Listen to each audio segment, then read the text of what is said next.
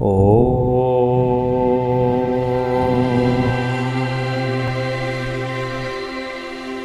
हम थोड़ा सा ज्ञान की कुछ भूमिकाएं बताई गई हैं, उन ज्ञान की भूमिकाओं के बारे में थोड़ा सा समझ लें। ज्ञान की भूमिका शुभेच्छा नाम। पहली जो ज्ञान की भूमिका है उसे शुभेच्छा, दूसरी को विचारणा, तीसरी तनुमानसी, चौथी सत्वापति और पांचवी असंशक्ति, छठी पदार्थ भावना और सातवीं तुर्यगा। ये 7 ज्ञान की भूमिकाएं हैं। ये इस जीवन की शोकाकुल न होने देने वाली और इस जीवन से मुक्ति प्रदान करने वाली प्रमुख भूमिकाएं रहती हैं। अब थोड़ा सा हम इन 7 भूमिकाओं के बारे में समझ लें। शास्त्रों में इन भूमिकाओं के बारे में कहा गया है कि जब जीवन में अचानक भीतर भीतर मन में वैराग्य उत्पन्न होता है, एक शमशानी वैराग्य भी होता है कि जब हम किसी की शव यात्रा में शमशान में जाते हैं तो हमें ऐसा अनुभव होता है कि जीवन में क्या रखा है, ये शमशानी वैराग्य है। किंतु एक कभी कभी स्वतः जीवन में भी वैराग्य की भावना उत्पन्न होती है, भीतर ही एक अभिलाषा जागृत होने लगती है। इसे शुभेच्छा नाम दिया जाता है। इसके बाद कुछ शास्त्र आदि अगर हम पढ़ें, कुछ संत ऋषि महात्माओं के सानिध्य में रहें, कुछ अध्ययन करें, उनका अभ्यास करें, उससे जो हमारे मन में वैराग्य भावना उत्पन्न होती है उससे ज्ञान की विचारणा नाम दिया जाता है।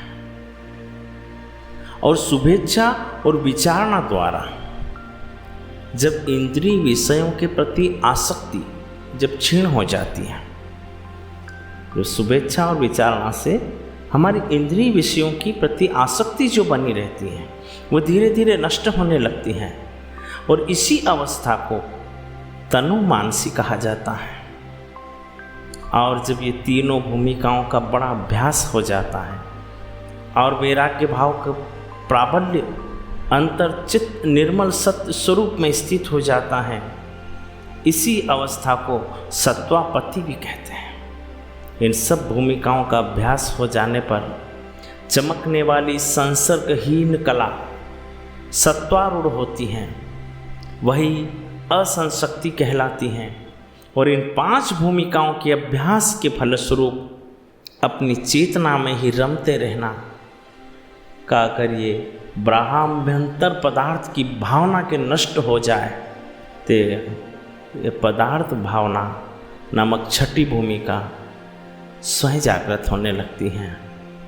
और इस 6 भूमिकाओं के परिपक्व हो जाने पर भेद बुद्धि का क्षय हो जाता है और आत्मभाव में ही साधक की दृढ़ निष्ठा हो जाती है।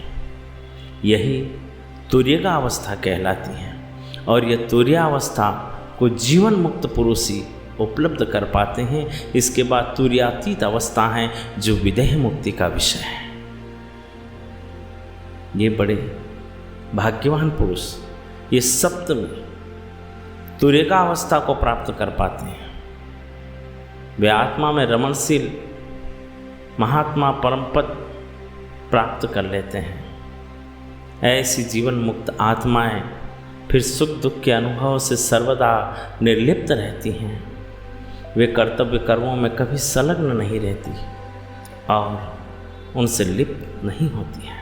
उनके निकटस्थ परिजन के सचेत किए जाने पर जैसे मनुष्य सोते हुए से जाग उठता है, वैसे ही वे ज्ञानी जन सत्कर्म में संलग्न रहकर सनातन आचरण की परंपरा निभाते हैं। और इन 7 भूमिकाओं को यदि पशु और म्लेच्छ आदि भी जान लें तो वे भी देह रहित या देह त्याग के पश्चात मुक्ति पथ के अधिकारी हो जाते हैं, इसमें संदेह नहीं है।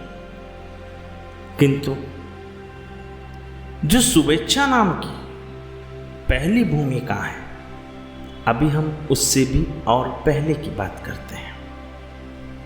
हम उसे ठीक से समझ लें कि जो शुभेच्छा का वैराग्य है ये तो यदा कदा प्राप्त होता ही है और सभी को होता है, किंतु कैसे होता है यह हम जीवन से भर जाते हैं। हमारा मन संसार में उबने लगता है। हम कुटुंब, परिवार, कार्य, व्यापार सबसे घबराने लगते हैं, जीवन से थक जाते हैं, तब वैराग्य उत्पन्न होता है। अधिकांश तो वैराग्य वही उत्पन्न हो रहा है। कई लोग अपना घर परिवार छोड़कर चले जाते हैं। यह वैराग्य शुभेच्छा नहीं है, यह उसके पूर्व का वैराग्य है। लेकिन वैराग्य में अगर ऐसी स्थिति में कोई चला जाए तो वो कहीं भी सुख नहीं प्राप्त कर सकता। इसलिए थोड़ा यह समझना है कि वैराग्य में यह सन्यासी, योगी या घर परिवार संसार त्याग दें, कहीं चले जाएं, ऐसी जब भावनाएं अंतर मन में व्याप्त हो, उसके पहले इस जीवन को कैसे जिए, कैसे समझें और इस जीवन का आनंद कैसे लें, यह समझना बड़ा जरूरी है। हम जो भी कुछ पदार्थ हैं रोज भोजन करते हैं। भोजन कभी अधिक, कभी कम, कभी ठीक, कभी अपचन, कैसा भी हम भोजन करते रहते हैं।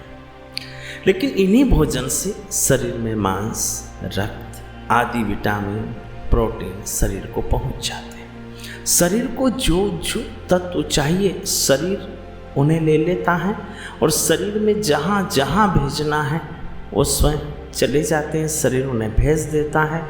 और जो व्यर्थ बचता है वो मलमूत्र के द्वारा, वृष्टा आदि के द्वारा शरीर दूसरे दिन उसका परित्याग कर देता है। यह एक संरचना ईश्वर ने इस शरीर को दी है।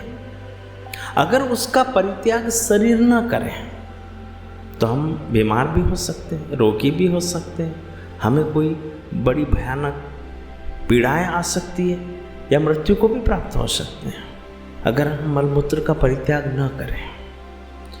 किंतु यह सब स्थिति हो सकती है ऐसे शरीर को जो चाहिए शरीर ने लिया, भोजन से नहीं चाहिए उसका परित्याग किया। अब इस मन को प्रसन्न रखना, जो ज्ञान की पहली भूमिका बताई गई है शुभेच्छा, इसके पहले की अवस्थाओं में यह सब जानना अति अनिवार्य है। फिर हम शुभेच्छा, विचारणा, तनुमानसी आदि सातों में जाए जा सकते हैं। और इन सातों तक न भी जाएं, आप शुभेच्छा तक भी न जाएं, ये नहीं है कि आपको वैराग्य लेना है।